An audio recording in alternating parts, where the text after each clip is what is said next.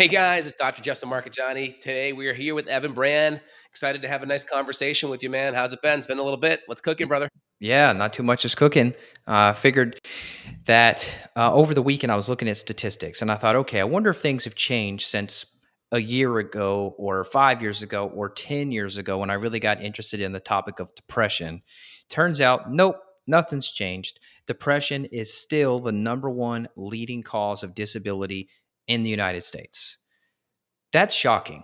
And Isn't that crazy? this affects everything. This affects your marriage, the way you treat your kids, the way you Yep. treat your coworkers, if you're an employer, the way that you're treating everyone. And so our job today would be provide solutions and maybe some testing strategies that someone who is suffering from depression or other mood issues, what could they do at home from the functional medicine perspective, and how could you actually reverse it? Is it actually possible to reverse it? And I would say yes, it is, because we see it all the time. And I've suffered tremendously, but I've made massive strides in my mood over the years by slowly and systematically fixing little pieces of things that have been wrong with me, from parasites and gut infections and mold and Lyme and tick-borne issues. All of these add up. It's not just, oh, he's in a bad mood. There are literally underlying causes you can fix. So let me just jump into that first and say that from the psychiatry model of depression, it's let's talk. What about your childhood? Well, what's your relationships? And how do you feel? And how does that make you feel? And it generally stops there. Maybe there's a prescription given, but they don't ask, hey, when's the last time your basement flooded? Oh, I saw you had mold growing around your window trim. Let's Right. talk about that. They don't go into that. They don't go into your environment and how your environment may be contributing to it from a biochemical, biotoxin perspective. And that's a huge missing piece of the mental health puzzle. Oh, I agree. I mean, there's a study that just came out last year. We talked about it, I think, in a previous podcast that looked at antidepressants and they're essentially not being effective, right? And kind of that whole serotonin model as being kind of an antiquated model, right? So a lot of these older medications, they block these reuptake ports where serotonin would come back into that presynaptic neuron and get essentially go back into the neuron and be used up again. And so essentially, that model of causing the serotonin to accumulate in between the synapses. So we have a neuron that's the presynaptic neuron. This is the postsynaptic neuron. Serotonin would hang out in this area called the synaptic cleft. And essentially, the serotonin would then go back up into the presynaptic neuron, and the medications would block that. It would block that port, so then it would accumulate more in the synaptic cleft. And so they're kind of saying this model is kind of more antiquated. It's not quite necessarily that's what's happening. And that's interesting because this is kind of drugs have been talked about and used in this area and this mechanism for 20 to 30 years. And so there's also some nutrients we use that are similar. We talk about kind of 5-HTP and some of the cofactor nutrients that we use on the amino acid side may plug into that model, or maybe it'll be a little bit different than that. Can we kind of talk a little bit more about the amino acids? Yeah, well, first, what we do is we look at the urine, and you can measure the metabolites of your neurotransmitters. So, dopamine, serotonin, endorphin, you can measure these metabolites. Think of it, the analogy I've been using lately is to prove that there was a bonfire, you look for the ashes. So, we kind of look at those Yep. ashes and we're like, okay, look at the evidence here. There was a fire burning. So, we measure the urine in the same way, where we look at these breakdown products of those brain chemicals and we can infer what the level of brain chemistry may look like. And we often see low serotonin in people that are anxious, depressed, irritable, they have trouble sleeping. And so we will plug into that amino acid pathway with things like tryptophan or 5-hydroxytryptophan. We'll combine that with B6, which is a necessary cofactor for serotonin and then for melatonin, and people feel better. So I think it's crazy to think about how many hundreds of millions of dollars and hundreds of millions of prescriptions were given out if truly those drugs don't work. I mean, are people going to go ask for a refund now? I mean, that's a crazy I know, thought. right? Like, what a disappointment, really, that model was the model. And what we're seeing is totally the opposite. We're seeing massive success with amino acids. You and I've talked about free form amino acids, these certain blends where if there's low serotonin and low dopamine, we may sprinkle some tyrosine in there or D-L-phenylalanine. And these people can make a recovery within just a few weeks. We're talking, if you're on a scale of 1 to 10, your depression is a 10 max, like you don't want to live, you could knock that down by half. I'd say in as little as a month if you're doing all the right steps. Yeah, I think part of the reason why we see clinical benefit using some of these amino acids or nutrients. So, number one, The medications are working differently. They're not actually adding building blocks, they're blocking the reuptake of that. The problem with when you block reuptake of these neurochemicals into the presynaptic neuron is you increase the recycling, right? It's kind of like these neurotransmitters go back into that synaptic neuron to kind of hide out from the cold or from the harsh weather, if you will, because the longer they're outside, the more they get depleted. And so the whole goal of these medications is they block that reuptake, but then they end up depleting and impacting a lot of the serotonin long term. That's part of the reason why doses have to be increased over time. So there is that mechanism. That's part of the reason why we see side effects with these drugs. Number two is we're actually adding building blocks, and we're also adding the important cofactors that are needed for synthesis. B6 needed for synthesis. We're providing the amino acids. Also, we never see a patient that has mood issues and we just say, hey, here's B6 and 5-HTP. We're making changes with their diets. We're reducing inflammation. We're managing dysglycemia. That means preventing these high and low blood sugar swings. We're maximizing protein. We're making sure we're breaking down our protein. We're making sure the fats are good. That's important because every single cell in your body has a healthy lipid bilayer. And these lipids, if they're rancid, junky omega-6 processed vegetable oils that have been oxidized, that's going to create stress within your cells. And so if we're using good healthy fats that are omega-3, fish oil, good healthy saturated fats from pasture-fed eggs, grass-fed meat, wild game, organ meats, or grass-fed butter, or tallow, these fats are going to make healthier cell membranes, less oxidative stress. And so we're fixing the glycemia. We're fixing the nutrient density. We're fixing the healthy fats.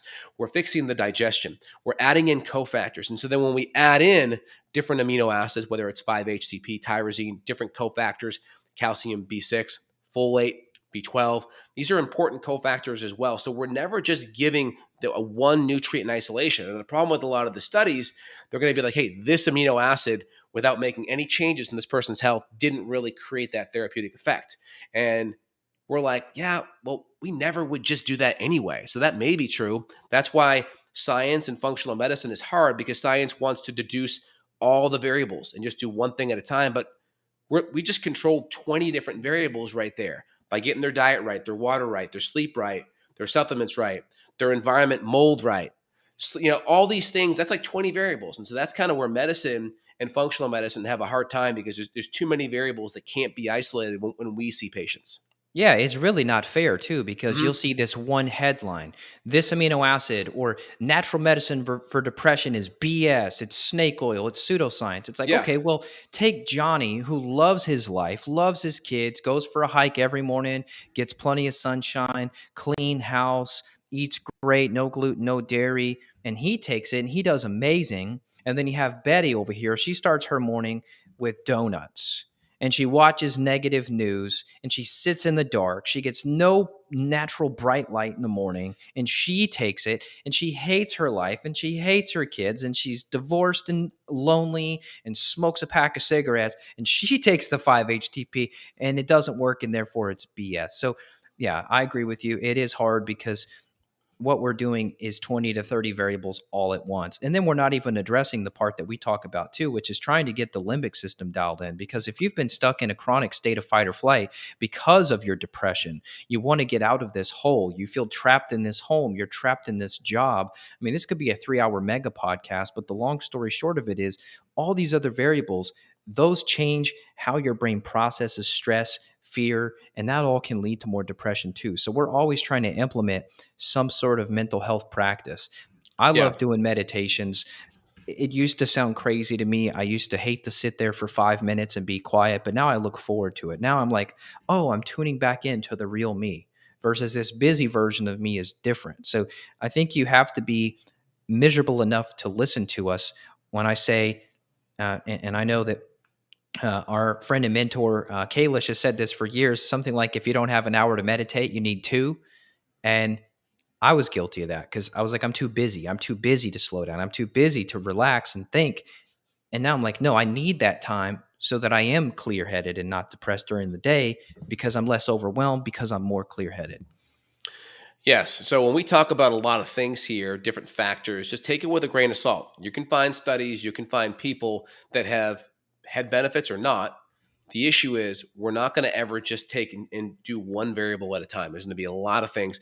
And the more levers you move and the more you set that foundation of health up, the more a supplement or a nutrient or an herb or a botanical or a hormone could potentially provide a therapeutic effect, even though data out there doesn't support it, because we're setting a foundation and moving a lot more variables than these studies are. It's important Yeah. to note.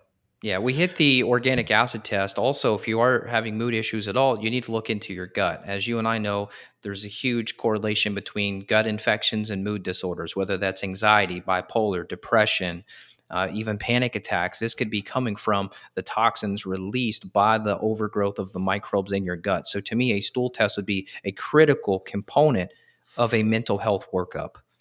Yeah. So in general, that's super important because 80%, 90% of all the neurotransmitters come from the gut. Now, some of the data says, hey, these neurotransmitters don't cross the blood-brain barrier, but either way, the amino acids that we take in, those do. Those have to get through the gut into the bloodstream, and then those would then either get converted in the gut or go past the blood-brain barrier, the astrocytes in the brain, and then we get converted in the brain. So the whole idea of like 5-HTP is those can actually cross the blood-brain barrier and go to the brain. But we need to have good healthy gut function to be able to break down and absorb these things.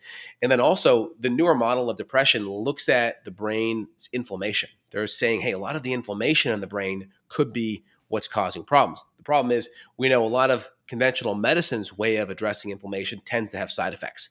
We know NSAIDs kill about 20,000 people a year, gut and liver issues.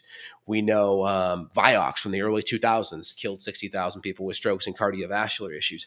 So when you start to inhibit and stop these cyclooxygenase, the COX pathways, COX-1, 2, 3, they can have impacts on reducing inflammation, but those enzymes are also really important for rebuilding other tissues.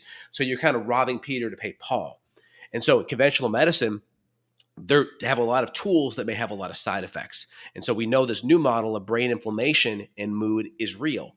And I think that's why we can move the needle so much when we fix the gut, because so much of the inflammation is in the gut, whether it's from food, dysbiosis, endotoxin from bacteria, mycotoxin from fungus or colonized yeast or mold, H. pylori, parasites, just not breaking down foods and having larger food molecules of dairy, casein, wheat, right? Grains. And so all of this inflammation in the gut can be easily driving inflammation in the brain.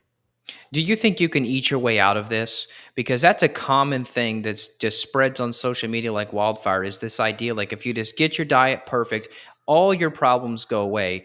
And I already have my answer, but I want to hear it from you because 90+% of people that come to us are already doing something to improve their diet and they still have these issues. The more chronic the problem is, no, because I give the example to patients, right? If you're driving down the street and you get a flat tire, right? And now your car's not driving well. If I change that flat tire that day, do all my problems with my car go away? Yes, because it just happened that day. But if I were to drive around on that flat tire for years and then be like, well, the root cause was that flat tire. If I just change the flat tire, I'm addressing the root cause. The car should go back to normal like it drove 3 years ago. Well, now you have collateral damage because you drove the car malaligned for years. Now the front end, the axle, the suspension, the shocks, the steering, everything's jacked up. And so just because you fix the underlying root cause, collateral damage happened in other places in the body. And so then now you have to come in there and fix all the other collateral damages that occurred. Yeah, that's a great analogy. I mean, the soundbite makes it difficult for us because then we have to explain that to people because people say, oh, well, I heard from so and so, if I just eat this, if I do kefir, if I do grass fed meats, I'll just be fine. That'll fix my SIBO. That'll fix my infections. That'll fix my health issues. And if you could eat your way out of this, if everyone could eat their way out of this, then you and I wouldn't be having this conversation right now. Yeah. And a good history is really what tells you, because usually with a good history, you can kind of see where the first shoe to fall was, right? You're like going to the person's history. Their diet was good. Their lifestyle was good. They had a moldy issue in their basement because of a flood that wasn't addressed. And it's like, oh, okay, that screams to me this is an environmental thing. Or you can go back and see there was an emotional stress and then there was some diet issues and then antibiotics. You're like, okay, so the history kind of can tell you, how things started to unfold. Just like if I told you my history about my car and I told you 3 years ago I got a flat tire, you could say, oh, okay, I see how that kind of unfolded. So this is where a good history, really makes a lot of sense. And then you want to also go into it not thinking it's just one thing. it's just the mold. It's just the gluten. It's like, no, no, no. So when you have people that are like just dietitians, the problem is all they have is food. So all they're looking at is food as being the underlying issue. And that's the problem. You have to have a broader tool belt, because then you're like, okay, food definitely is, blood sugar definitely is, but then other things could be as well. And you want to combine everything. It may be a little harder for us to explain that, and we've done this for a decade plus now, which is that Yep. we have to be generalists and specialists at the same time. Like if you go to just the diet guru, he's going to convince you everything that you do diet wise is going to fix all of your problems. And then you and I go, wait a second. You take 20 depressed people that come to us, there's going to be 20 different clinical outcomes and 20 different clinical protocols. For this lady And diets here, too. And diets yeah, too. it could be this lady here. It was the death of her husband. It was an illness. It was moving out. It was trauma from her children, Hmm. and it was mold exposure and dysbiosis, and she was on XYZ medication. Versus over here, lady just had thyroid issues. Okay, easy. Fix that depression. This lady here, gut infections, fix that. That depression's gone. So the problem with the mental health space is it's like, okay, depression. And everyone thinks they have the same Hmm. flavor of depression. You can have 20 different flavors or 20 different little small rivers that all end up at the same symptom, Hmm. depression, but not everyone is getting there the same way, the same path. Bingo. 100%. And even with diets, right? I see some patients and they have super sensitive to vegetables. They can't even handle vegetables. Some have to be on an elemental or even a carnivore diet. Some are just okay with a paleo template. Some need some level of variation between an autoimmune or an SCD or low oxalate. Or so there's always a different variation depending on what's going on. So food always is important. So when we look at food, we're looking at nutrient density, anti-inflammatory, low toxin, and we got to make sure that you can break the foods down. That's super important. And then the next part on top of food is if we don't have enzymes, acids, and bile support dialed in, and you can't break that food down, that food's going to be a stressor inside of your body. And then, of course, all those nutrients to run our brain, chemicals, and pathways have to come from that food. And so if we don't break them down and absorb it, then that's a problem too. So let's make that visual for people. So this is a say 52-year-old woman. She's had digestive issues for 20 years. She has depression. She was told if she does go autoimmune or she does go animal based, she's going to be fine. She does it. Now she has diarrhea. She doesn't know what to do. She's confused. How do we approach that and break that down? Yeah. So, I mean, the first thing is we have to look at her gut, because even a healthy diet and healthy enzymes and acids, there could be infections and stuff inside the intestinal tract that could be creating stress and inflammation. So, we're going to work on the enzymes. We're going to work on the acids. We're going to make sure she's breaking down her fats. We're going to make sure the food is dialed into to whatever degree we think we need to based on how severe the issues are. And then we're going to be testing. We're going to be looking at what's going on with her microbiome and her and dysbiotic bacteria and yeast and bacteria and potentially colonized mold, because colonized mold from the living arrangement where you live could be impacting things as well. So we got to look at everything. Yep, candida could be in the puzzle too. So people blame the food and they'll say, "Oh, well, I don't feel good with meat. Like I've tried that. I don't feel good. I've tried to increase fats. I don't feel good." And then they may give up. And we're like, "Okay, it's not the food that's the problem. It's everything else that's in your bucket that's making that a problem. You should tolerate this. You should feel fine with it. It's just a matter of getting your nervous system calmed down." Someone in the comments said vagus nerve.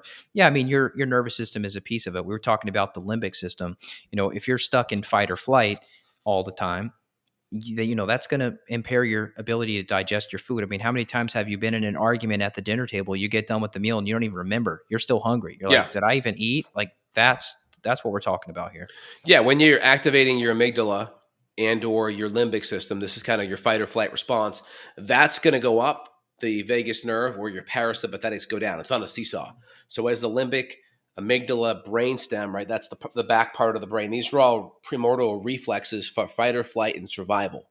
Okay, so very very important. And the problem with that is if this is overactivated, the parasympathetics, which are really, that's the vagus nerve, that's this whole entire nerve cascade that helps with rest, digest, activates the frontal cortex so you can make decision making. You can see the outcome of poor decisions and actions, and then you can stop acting in a bad way, right? Most crimes and people doing bad things, it's because they're thinking from their amygdala brainstem and not their frontal cortex. And so the more stressed you are, that can create problems. I read an article one time where a lot of like road rage and like serious crime done like impulsively was done from people that were hypoglycemic. So I very low believe blood it. sugar, because the low blood sugar kind of creates a stress response and that activates the frontal cortex. I mean, everyone can have that response of like dealing with their spouse and they haven't eaten all day and they're just like, oh my god, I just need to eat. Like I'm hangry, right? So things like nutrition and blood sugar could easily impact that kind of brain stem response. Now, outside of that, there are different programs and things you can do, like you mentioned earlier, meditation, or there's different programs like DNRS or the Gupta program or NLP or EFT or EMDR. These are different programs that help get the subconscious limbic system brainstem response kind of calm down, which then brings up the parasympathetics and brings up the vagus nerve. Yeah, and this was a critical step for me. I mean, I didn't realize I was stuck in fight or flight until I downshifted from it. And then I'm like, oh, wait a second.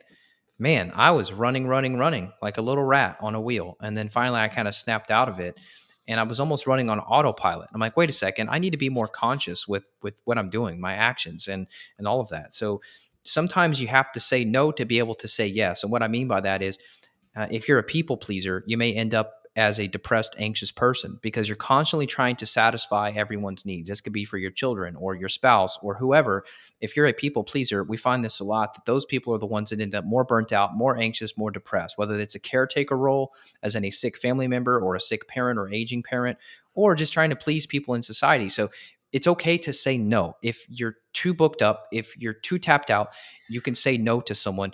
Get your mind right, sit down, get your functional medicine labs done, get your workup done so you can see what you're up against. But when you're so stuck in fight or flight, you're dealing with blood sugar crises, you've got toxins, you're worried about your house, you got to get the plumber over to fix the leak. You got to separate from all that. If you need to go sit out on the front porch and watch the birds fly for a minute to get your mind right, that's what I would do. Yeah, you kind of mentioned the people pleasers. I grew up with some of those, and it's interesting, right? Because you think people pleasing comes from a place of like, hey, this is good. I want to help all these people around me. The problem is, there's also on the other side of the people pleasing spectrum is a lot of resentment because people pleasers will do a lot for this person, X, Y, Z, family, friends, kids, etc.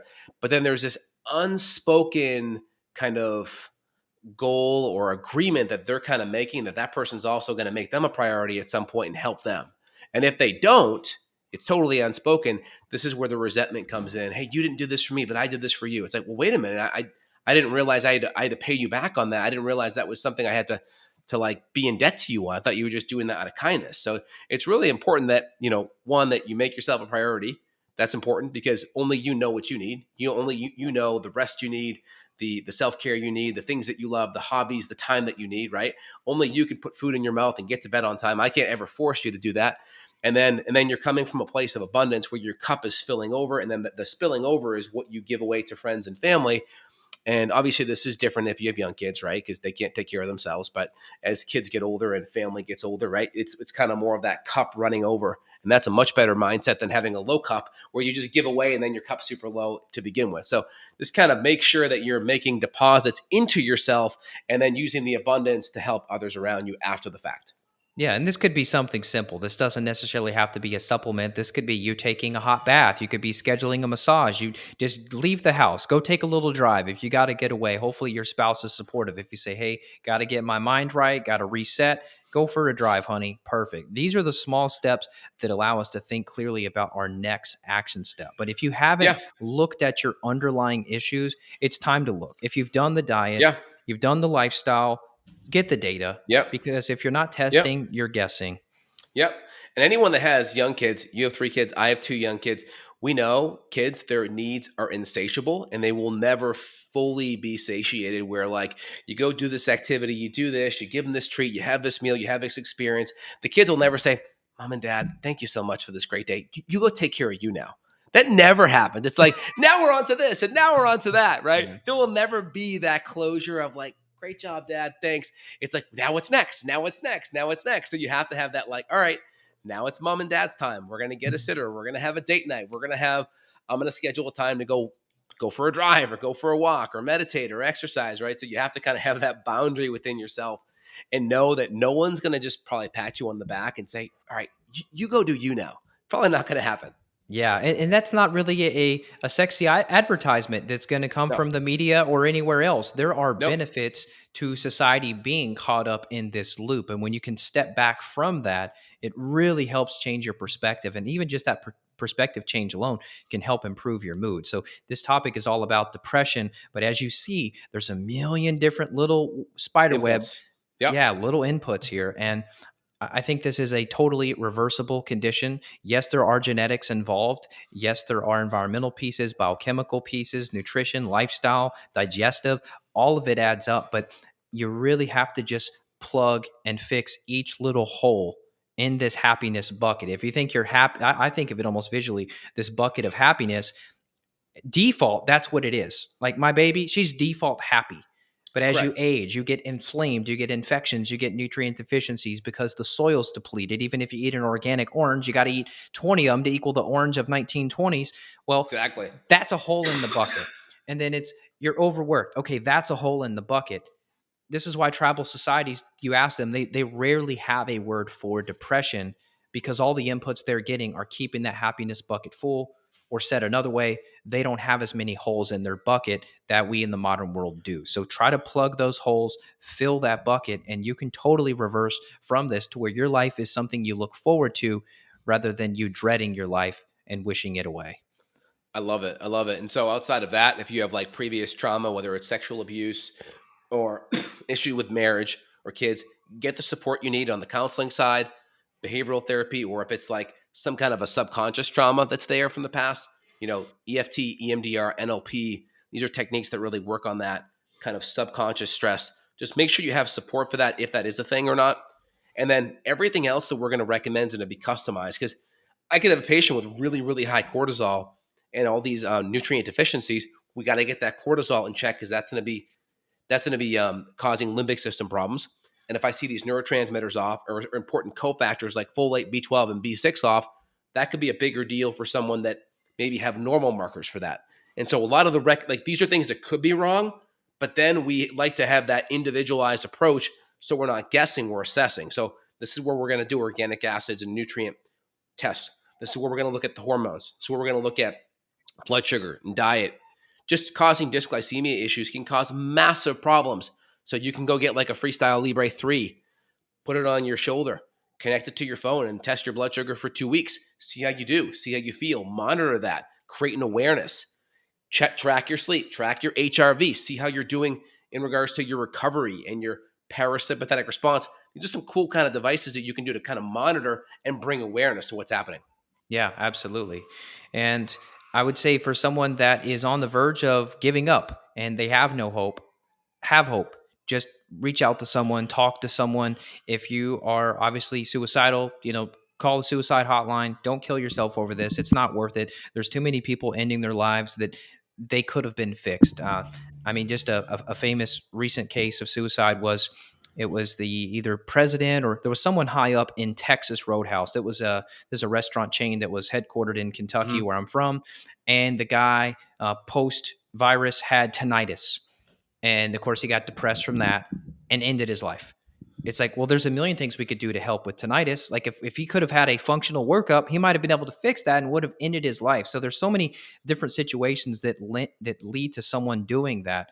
But I've even had clients where in the beginning they feel like they're at the end of the rope, and by the end they think, "Why did I ever think that?" I'm totally out of that mindset now. Yeah, the last thing you want is a permanent solution to a temporary problem, right? That's what suicide is. It's a permanent solution to a temporary problem. We got to have that solution based mindset. Okay. And Agreed. again, the healthier you are, the more adaptable to stress you become, right? The more you're going to think with that frontal cortex, the more you're going to be able to problem solve and get to the root. So I think we have some good things here that we kind of laid out. Again, a lot of this will be individualized. Again, if you guys want to dive in deeper, head over to evanbrand.com. Evan has research and resources for y'all, sees patients worldwide. And you also can head over to justinhealth.com as well. We do functional medicine support worldwide, so you can reach out to either of us. We'll put some links down below of different supplements that we like, different labs that we like. Highly recommend work with a practitioner so you can have a guided approach. Again, it's not just if I gave you a recipe, right? And I said, hey, these things are, this is what you need for the recipe, but I didn't give you the right order and I didn't customize it for you. You're going to have a bunch of slop because if you put the eggs in after you baked it, right, it's just not going to taste good. And so the order of operations and that customization approach is so important. That's how we get patients better. So just kind of FYI on that. Anything else, Evan, you want to leave listeners with? Yeah, I appreciate the website and We are some of the best guys out there. We don't say that just to toot our own horns. We say it because we've been through our own struggles and we've helped thousands of people worldwide. I've confirmed with the labs that we work with that we are in the top 10 worldwide of practitioners running the most labs. And from that, we see a ton of data. And with that data, we can help people. The average person has been to 5, 10, or even 15 different practitioners, specialists, other functional medicine people, naturopaths, conventional doctors, neurologists, cardiologists, and then somehow they wind up with us and we give them good results. So if you do decide to work with us, we're going to take great care of you. As he mentioned, Dr. J at justinhealth.com. That's justinhealth.com, or me, Evan Brand, at evanbrand.com. We're happy to be there for you guys, and we're always willing to look someplace that someone else hasn't looked. That's why we don't give up. We're just ruthless for the pursuit of health and happiness. So thank you all and take good care. Excellent. If you guys found value in this, please give us a share with friends or family, write us a review, put a comment, give us that 5-star on iTunes. We really appreciate it. Thanks, guys. Have an awesome